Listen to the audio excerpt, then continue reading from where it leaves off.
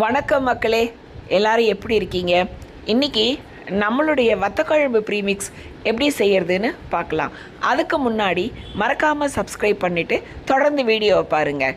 இது செய்கிறது ரொம்பவே ஈஸிங்க. அடுப்பில் கடாய் வச்சுட்டு 2 ஸ்பூன் நல்லெண்ணெய், செக்கில் ஆட்டின நல்லெண்ணெய் தான் நான் இன்றைக்கி யூஸ் பண்ணுறேன். 2 ஸ்பூன் வத்தக்குழம்பு ப்ரீமிக்ஸை போட்டு நல்லா கிளறிட்டு மேலே தேவையான அளவு தண்ணி, நான் இன்றைக்கி இந்த டம்ளரில் 1 டம்ளர் தண்ணி விட்டுருக்கேன்.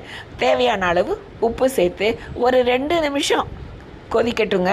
வத்த குழம்புக்கு தேவையான எல்லா பொருட்களும் இதுலேயே இருக்கிறதுனால இது செய்யறது ரொம்பவே சுலபம். பேச்சுலர்ஸு, ஸ்டூடெண்ட்ஸு, வேலைக்கு போகிற லேடிஸு எல்லாருமே இதை டக்குன்னு செஞ்சிடலாம். சுட சுட சாதத்தில் கொஞ்சமாக இந்த வத்த குழம்பை போட்டு நெய் அல்லனா செக்கில் ஆட்டின நல்லெண்ணெயை ஊற்றி சாப்பிட்டிங்கன்னா அப்படி பிரமாதமாக இருக்கும்.